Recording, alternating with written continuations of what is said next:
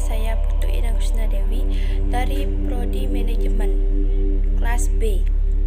Di sini saya akan menjelaskan bagaimana proses penciptaan alam semesta menurut sains dan agama Hindu. Alam semesta ini bersifat baru. Keberadaan alam semesta berasal dari ketiadaan.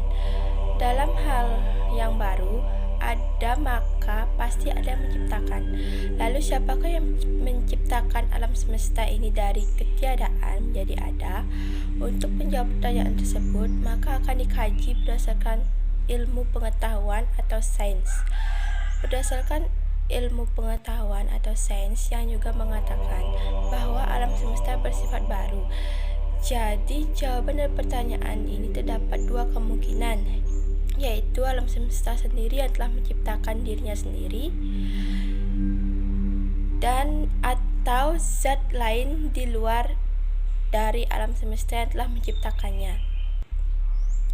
Ada lima teori proses penciptaan alam semesta, yaitu yang pertama ada teori dentuman besar atau Big Bang Theory. Berdasarkan teori dentuman besar atau Big Bang, alam semesta terdiri dari massa yang sangat besar dan massa jenis yang sangat besar juga.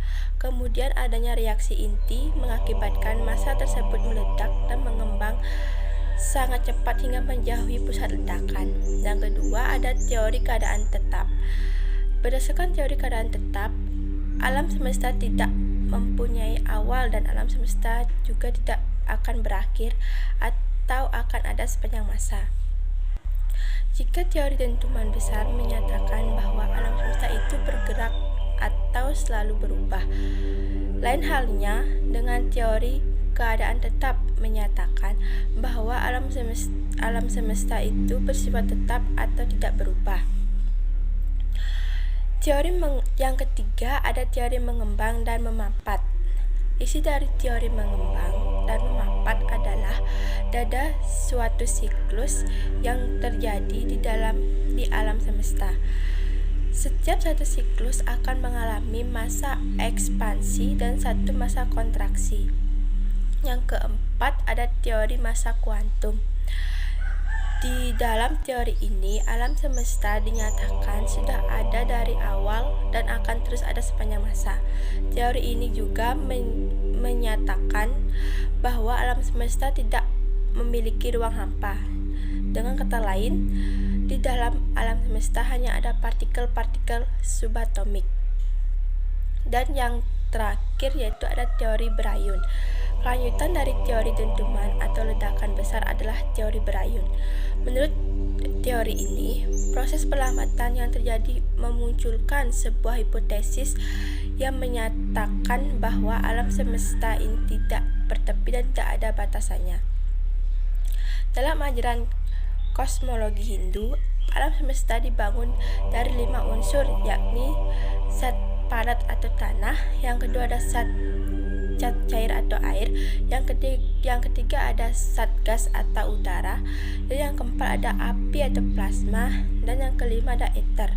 Kelima unsur tersebut disebut Pancamahabhuta atau 5 unsur materi.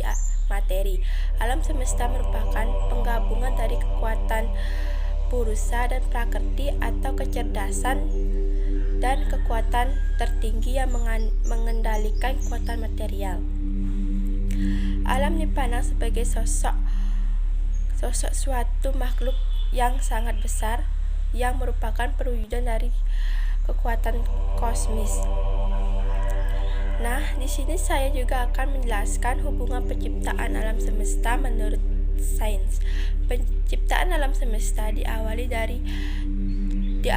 dari Tuhan sendiri yang berbaring di lautan, penyebab yang mungkin bisa dikiaskan sebagai pondasi seluruh alam semesta sebagai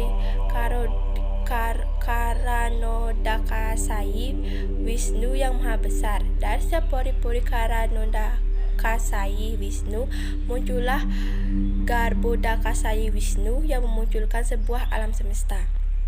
Secara ilmiah, munculnya alam semesta dari pori-pori Tuhan Dalam wujud Karodakasai, Wisnu ini diistilahkan dengan white hole atau lubang putih. Fenomena white hole sangat diamati oleh beberapa ilmuwan yang merupakan area tempat terjadinya perubahan dari energi menjadi materi. Sekian penjelasan materi dari saya akhiri dengan Paramasanti. Om Santi Santi Santi Om.